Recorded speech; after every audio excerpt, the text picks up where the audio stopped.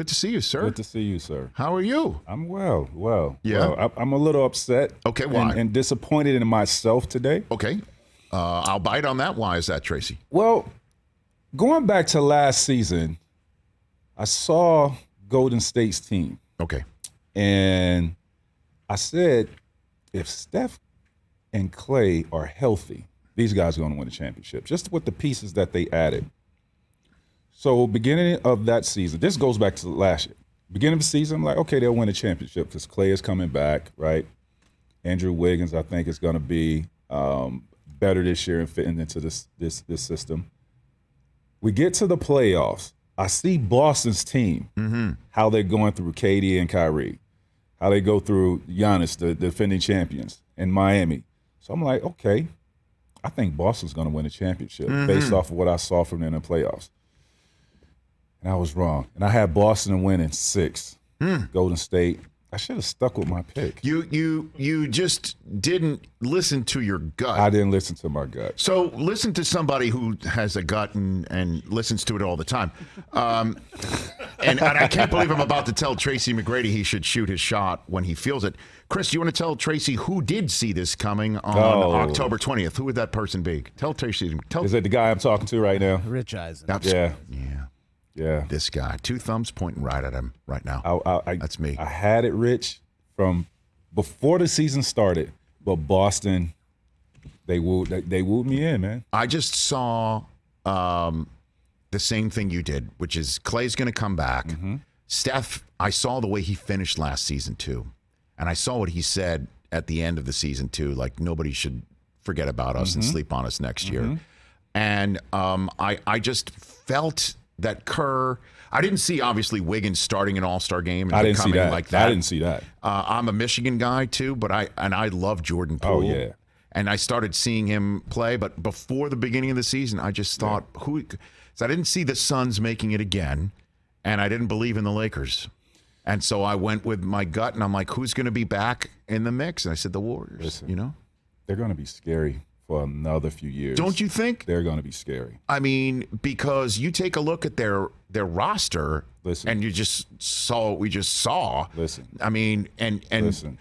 We're back here on our terrestrial radio network on the Rich Eisen Show. Tracy McGrady of the Basketball Hall of Fame that we've all heard of in Springfield, Mass., and the Ones Basketball League, which we're going to talk about, the founder of that, right here in studio. So you were just about to say you think the Warriors are going to go absolutely nowhere. If you look how their team is constructed right now, I think Steph, Clay, even Draymond, I think those guys can come back next season and only average like 30, 32 minutes a night, so they can be fresh in the playoffs. Correct. Reason being, you got Kuminga, you got Poole, you got Wiggins, you got the young kid Wiseman. Yeah, he's coming back. You got Moody. You have 5 young guys. Don't forget the mitten also, Gary Payton II. He plays. So you have 5 or 6, and I don't know if he's going to be back next year. Sure. I don't know.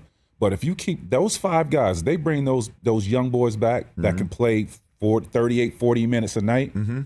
Steph, Clay, and Draymond can just chill 32 minutes a night and then turn it on in the playoffs, because the way they groom these guys, the player development, they're going to be really scary. So I'll ask you the question of the day, which is Steph Curry's legacy, where he stands on the all-time list, greatness and things of that nature. Definitely there's no question he's one of the greatest players. If we're talking top 10, I don't have enough information to take someone out to add Steph in. Yes. If he's not top 10, he's knocking on the door. I would say that. What about for point guards? Although the man who hosts the show before us, Dan Patrick, calls him a points guard, which I found interesting. Not really a point guard. No, he's not a Chris Paul. He's not a Magic Johnson. Like, Draymond to me is more of the facilitator for that team. Yes.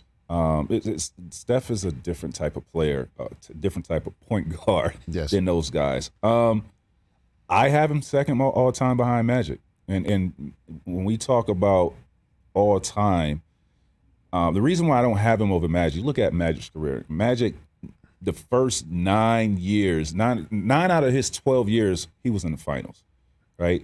But he has 3 regular season MVPs.